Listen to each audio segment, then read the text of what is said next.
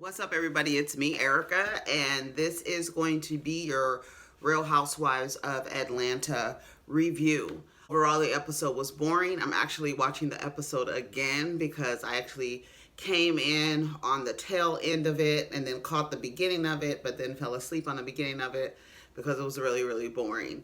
So we're going to go through and try and get through this. Go ahead and like, subscribe, and comment. Let the diva know you stopped by. Overall, like I said, the episode was very boring. It was very boring, very cringy at a lot of moments. I was embarrassed at a lot of moments. Hopefully everybody had a good weekend. I had a good weekend. Hopefully you guys loved the car videos. And we were in the car studio, in the mobile studio this weekend. And I think on Friday and this weekend. So hopefully you guys got your dose of what you needed, and that can hold you over for a little while. Again, we are in the house because it is cold outside, number one. Number two, it's foggy. Number three, it's dark as hell. So if you want your girl to be safe, she's gonna have to be in here, and you're gonna have to get this energy. You know what I'm saying? I also thinking about getting a microphone. So I heard somebody say that I was kind of low, probably because I am speaking a little lower because I do record these videos early in the morning. So I might have to change my in-home studio time to a later time so I can actually elevate my voice to an octave that is conducive to everyone across the board. Anyway, so I'm gonna go ahead and watch this episode again. So this video is gonna be a little choppy. All the people who were tweeting last night, a lot of people were, you know, I had made, what I'm gonna do from now on is like, I am gonna tweet about, I'm still gonna live tweet about the show, but I'm not gonna necessarily follow the hashtag because the hashtag is really nasty. It's not fun. Like, you know, back in the day when we used to watch the reality shows and different shows that come on and we used to watch it together, the hashtag is so you can watch it with other people and hear what other people are saying about it. Everybody's really nasty, like really nasty. It's just like, and it's really focused on one person, so it doesn't make it fun. I know Kenya is my favorite person, but the nastiness that's directed towards her, and it's a lot, is so much so that she trended again last night. She was trending last night, and Kandi was trending last night, and RHOA hashtag was trending last night. So, you know, I am very serious about how I feel about the casting. I would like to see Kenya, Cynthia, and Kandi gone. After this, Riley going off to college and them showing a montage of Riley since she was like probably 8 years old, right? Had to be 8 or 9 years old. And now the girl is on her way off to college, going to NYU. So we have really seen Riley grow up. We did the same thing for Nene's children. Nene's children, they were boys. They didn't go off to school. They went and had babies. We saw Nene become a grandmother, and now we're seeing, what's the girl's name? Riley go off to college. I think it's time for Kandi. It's time to put a button on Kandi's storyline, and because I'm not gonna sit here and watch Ace grow up. I'm just not going to do it. We're going to have to get an end game on these women. Unless they want to steer away from the women's families and towards more of their careers and things like that, then I would rather deal with that. If we're going to be honest, I am tired of seeing the same story of the husband who doesn't behave and the wife who's trying to make it work out. I think I am tired of that. I think I'm with Monique. I'm like, girl, we need to stop talking about people's families and let's just focus on the people's careers maybe. I don't know. If you're going to keep the women, I don't want to see, I don't know. Anyways, they start off with Riley. Riley's getting ready to go off to school. Joyce is there. Ace looked like he's worried that Riley's going to have a large tuition. And did you see him in the confessional? He was so cute in the confessional, like a little old man. And Kandi sitting there with her tits out. It's like, yes, being a millennial mom. Is Kandi a millennial? No, Kandi's Gen X. Kandi is Gen X. And she's sitting there with her tits out and little Ace is sitting right next. I thought that was so fun. I kept looking. I was like, wait a minute.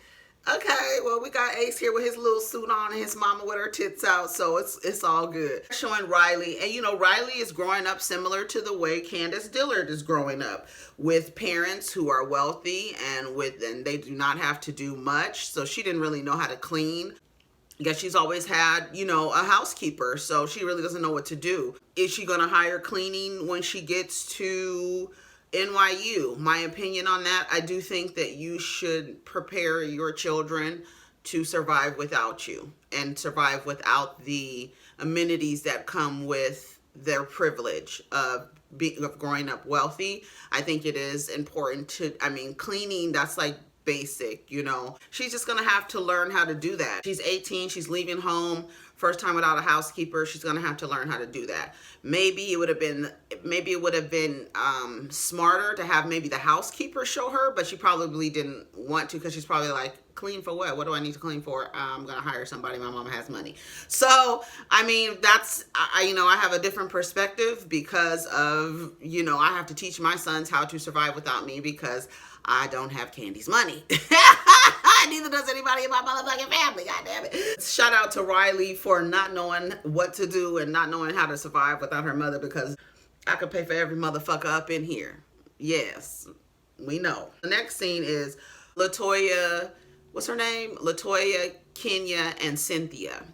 And I don't know if y'all noticed, but when Cynthia and LaToya greeted each other, Cynthia called her River. Stupid. Cynthia is so funny to me. Cynthia is so funny because it really be real quick, light, like real quick, little shady. Because remember, LaToya called the body of water near Cynthia's house a river and not a lake. So when she greeted her, she called her River. I thought it was hilarious. You got to catch those. Go back and watch it. Cynthia's stupid. So Cynthia, LaToya, and Kenya go to a lingerie shop, and they're sitting there shopping, and they have a little fashion show. It was really cute. But in their conversation, they are talking about Kenya not coming to Porsha's surprise backyard boogie, or whatever it was called that Lauren did for Porsha. And she says that she would really have liked to be there. Cynthia says that it was very powerful. And she says, I would really like to be there. I'm prepared to get to be there. But, when you found out that you couldn't invite me, you didn't send a pigeon. You didn't send nothing. You didn't send nothing over there. So my thing is, first of all, that was Cynthia. Cynthia is the one that wanted you to be the plus one. You weren't originally invited in the first place. I think somebody needs to make that clear to Kenya. I don't think that she knows that. But Lauren explains later that Porsha explains later that Lauren didn't know where Kenya and Porsha was. And clearly she didn't know, and she's only going off of maybe what Porsha has said or hasn't said, because where would they be? Where would they be? Would they be in a bad place, so bad that you think that she would come and ruin her party or whatever? Cynthia said the house is a deal breaker. I guess people come into people's houses acting stupid. I guess, I don't know. It's very exhausting, this thing between Porsha and Kenya. It's very exhausting. It's gone on since season 5. We are on season 13. This is 8 years of this thing that neither one of them seem interested in, patching up. I know Kenya isn't interested. I know she's not pressed, although it does seem like she's pressed. It does seem like Kenya is pressed, but I think it's more so, I tried, and here is evidence of me trying. I think that's what Kenya is doing. So when it does come out that Porsha doesn't want to, because I feel like the relationship is on the rocks because of Porsha. That's Porsha's decision. It was Porsha's decision to take on Tanya's issue and Marlo's issue, because remember, Porsha got mad at that last season. And she has a right to be mad at somebody coming for her friend. She has every right to be, but again, it's her decision. So it's not anything like Kenya did something to Tanya, and if Porsha wants to take on that charge, then that's her choice. She doesn't have to. So that is what it is. LaToya shares that Kenya sent her a nude image of herself. Kenya says that it helps her feel desirable. Why are you sending pictures to LaToya? And she's like, because it makes me feel desirable. Again, it is, I think, a part of Kenya's relationship with Toya comes from like, this is a new person. I don't have to try too hard for this person to be my friend. I could just be cool with this person. I could start, this is a new slate to start off with somebody. And this is the person that I'm going to choose to start that new slate with. You can't do it with Tanya. You can't do it with Marlo. You can't do it with Porsha. Cynthia and Kandi. I don't feel like Kandi is a, I don't know. I know they're friends off camera, but I don't feel like Kandi is very supportive on screen. That's just what I get. Cynthia is too wishy-washy on screen. I don't know what it is, but I think I understand the relationship between Kenya and Toya is because Kenya really doesn't have any other person to kind of latch onto in a friendly way, who doesn't have a man, who's not getting married, who doesn't have a kid going off to college, who doesn't have a restaurant. She has her own channel, she has her own business, she's single as well, she's a mother, they're both single mothers, so it just makes sense for them to be cool. It would make more sense, it makes more sense for her to be cool. They have a little fashion show. The white lingerie outfit for Cynthia was the cutest one. Kenya comes out in her little black Playboy. She had a little mask on. They need to take those masks off. Those shields that they have on, those face shields, they need to take those off. Anyways, that's it for that. Okay, so Porsha is sitting there with her mother and her sister, and they are talking about basically Porsha's relationship with her father and how it translated into her relationship with men. Actually, I thought it was a very great scene. It showed some depth to Porsha. I don't know if Porsha's mother was a side chick or was like a relationship that didn't last long, or he wasn't married to her mother. I don't know what the details, if you guys know the details of it, I don't know what the details were, but it basically seemed like the dad was, Lauren grew up with the dad and Porsha only came over on the weekends.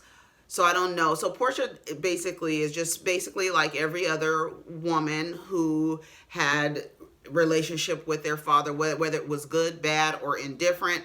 That relationship does translate over to the type of men that you keep company.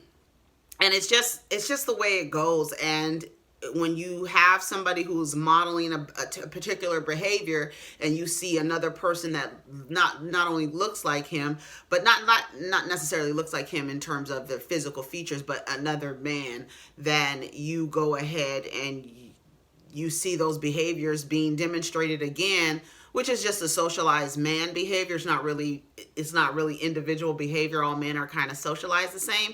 And so you get that man and then you're probably attracted to that man and you don't know why. And then it turns out that he's just like your dad. It happened to me, happens to a lot of people. I'm sure a lot of people can get down in the comments and you might meet somebody just like your dad. It's not necessarily a good thing all the time, right? It's not necessarily a good thing. So she talks about meeting Dennis and how when she met Dennis, how he liked her. One, he had his own business. He didn't have any kids. He wasn't married. And I think she said he wanted to have a baby. And it was funny the way she was demonstrating for her family. But it was just basically showing that she was in for the money grab. The money grab that she says that Candace was in for with Monique is that's why I always thought it was strange for her to suggest that anybody was out for a money grab when you literally had PJ because this nigga had money. I mean, and that's the smart thing to do. If you are going to get with an ain't shit nigga, make sure at least he has money, but the money is not guaranteed that he's going to take care of the kid when he leaves, because he's going to leave and he's going to go off to the next bitch. He got the next bitch on his back and the time and date and when he's going to leave. So girl, not to say that anybody's going to be treated differently or better or anything like that, but if he has the money, hopefully, because you got people like Future out here, they got the money and they don't want to pay the child support for the kids that they have. So it's a crapshoot. You just never know. She's also writing a book and she does want to talk about the things that she's dealt with, just as a woman dealing with relationships and personal journeys and things like that. I don't know how long that book is going to be, but shout out to Porsha for writing a book. He got his own place. He only got his own business. He ain't got no kids. Look at Lauren's legs going back. The mother is looking like, girl, I know I taught y'all well. This was actually a really good scene for Porsha. It was a very good scene. So was Porsha's mom married to the dad, or then he left Porsha's mom and went with Lauren's mom? But Lauren's older. I don't understand. Is Lauren older or younger? I don't get it. Well, that's good that Porsha and Lauren are continuing to be sisters and have that relationship, because poor Porsha, she started crying. That was actually a good scene, because she didn't realize that her and her sister had a different relationship with their father. Her sister got kissed on the forehead every morning. Porsha was like, you got kissed on the forehead every morning? Like, oh girl. So she started tearing up and started feeling sad about it, because you didn't realize, like, dang, my sisters, I wonder, you wonder what, like, I wonder, like, I have a younger sister. I think she's probably about 16 or 17 years old now. I wonder what her life has been like compared to my father's other children, besides my older brother who actually lived with my dad. I wonder what her life with my father has been like. I wonder how her story is going. Ooh, pray for that girl. Oh, Porsha. Oh, Porsha.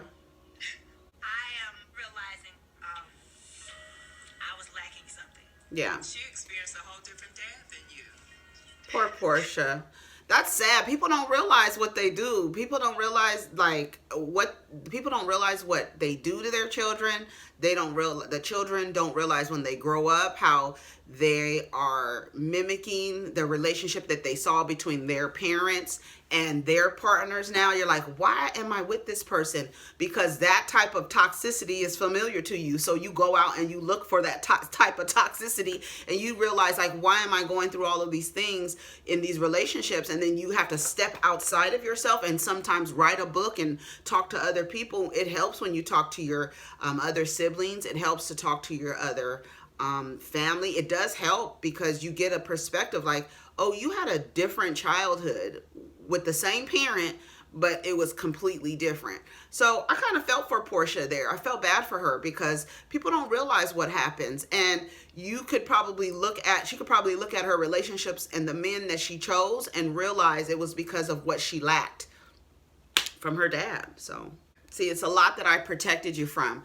Parents don't realize that. The protection is cloaked in lies, right? And lying by omission. And you do your children, parents, a disservice by lying to your children in an effort to protect them.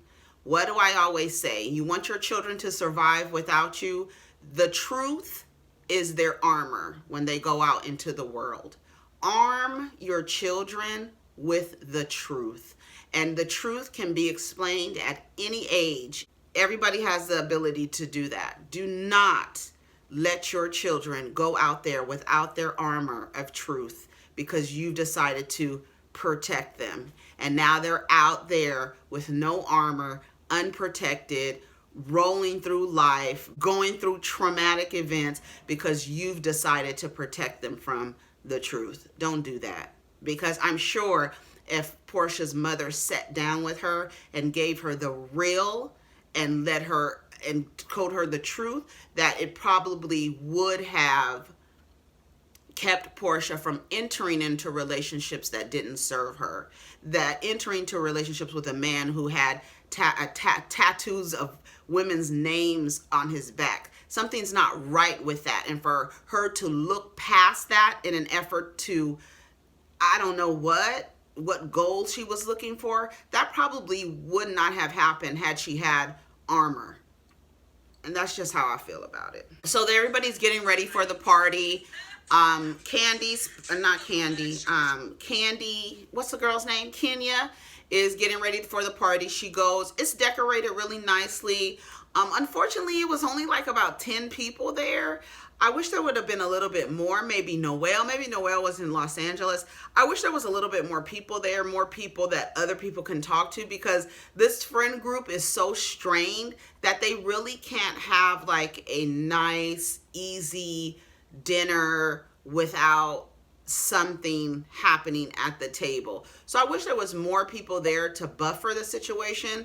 It was decorated nice. She had an ice sculpture, and this was really just for Kenya to show Cynthia that she apologizes for, because it was blown out. I think it was blown out of proportion. I don't think that it was Kenya's intention, but Kenya explains that, she really wants to make this up to Cynthia because she wants to move forward with their relationship, because she is her friend, she is her sister, she wants her to be able to call her when she needs her. And all the women are arriving. Of course, everybody is late. That is a big gripe with the women of Atlanta, that everybody's always late. If you go back and watch old episodes, that has been a consistent issue amongst the women, that they have no respect for time. Kandi is always late. You see Porsha arrived, and now my thing is, if you thought Joe Biden was going to be there, why would you show up an hour and a half late?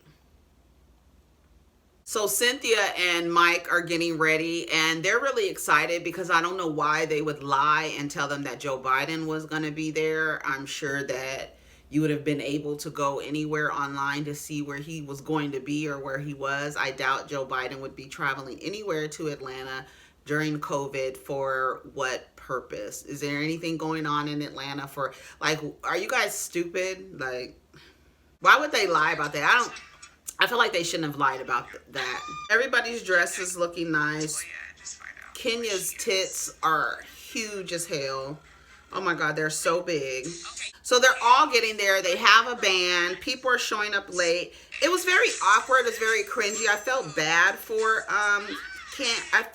for Kenya, because there was people online that were reveling and joyous that the surprise didn't go over well. And I was like, see, this is the reason why I don't want to watch it anymore. I was like, you guys are happy that first you guys are upset because she might have ruined a surprise proposal, and now you're happy because what she did in order to make up for it didn't go as planned.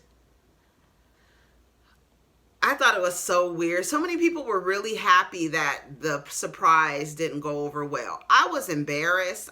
It was very cringy.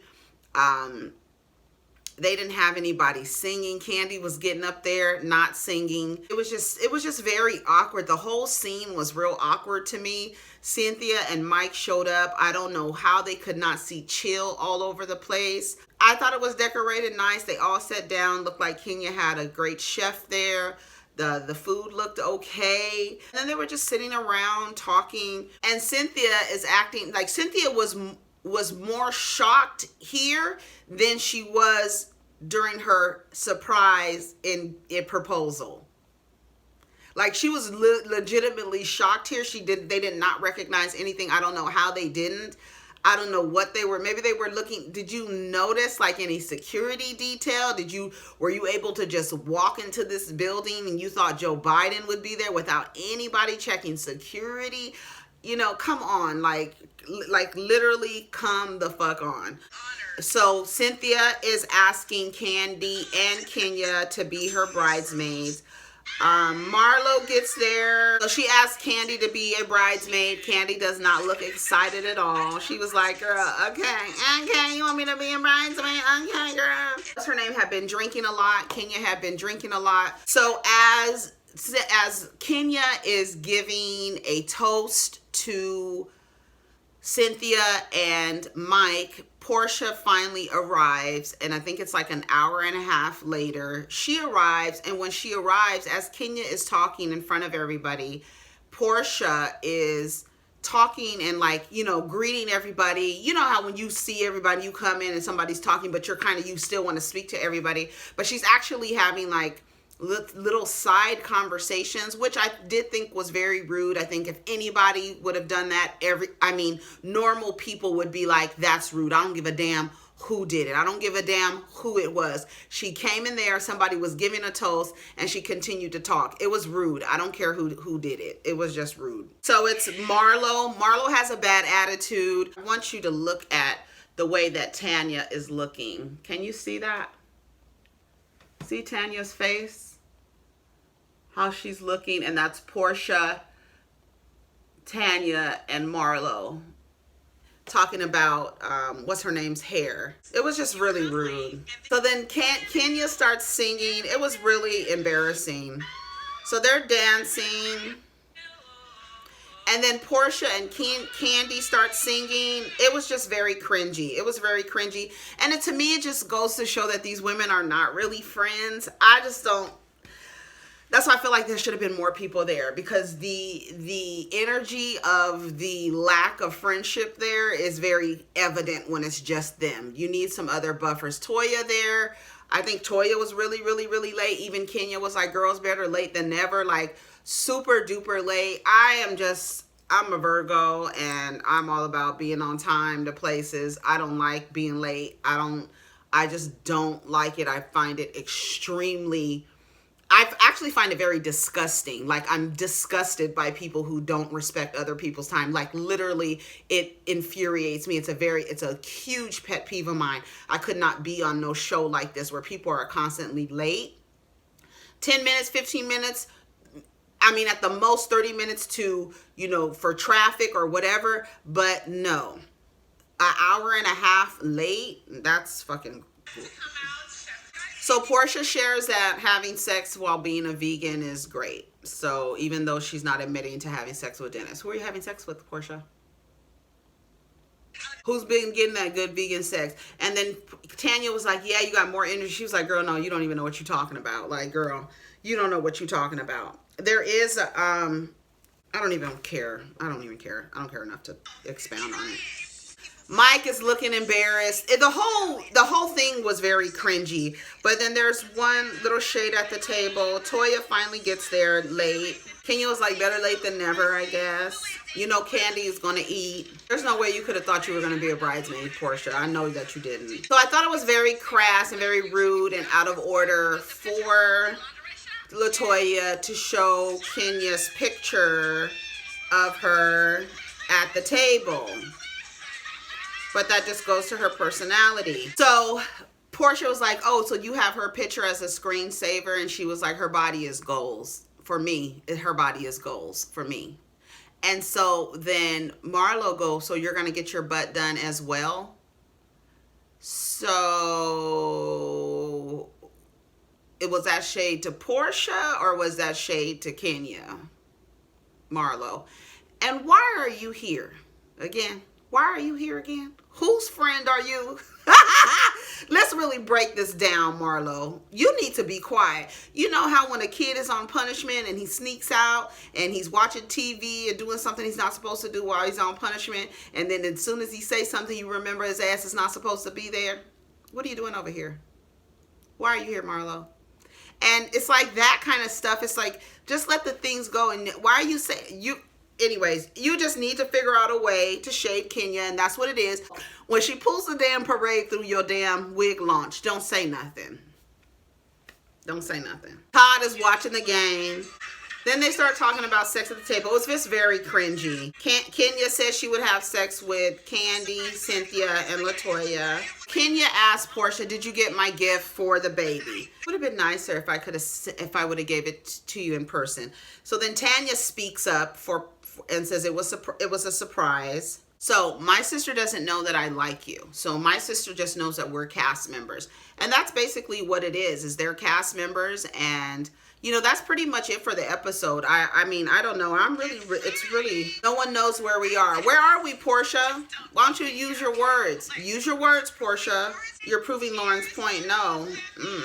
Okay, that was it. Anyways, y'all, take care of each other. Protect your energy. That was the end of the episode. Y'all tell me what you think of the episode.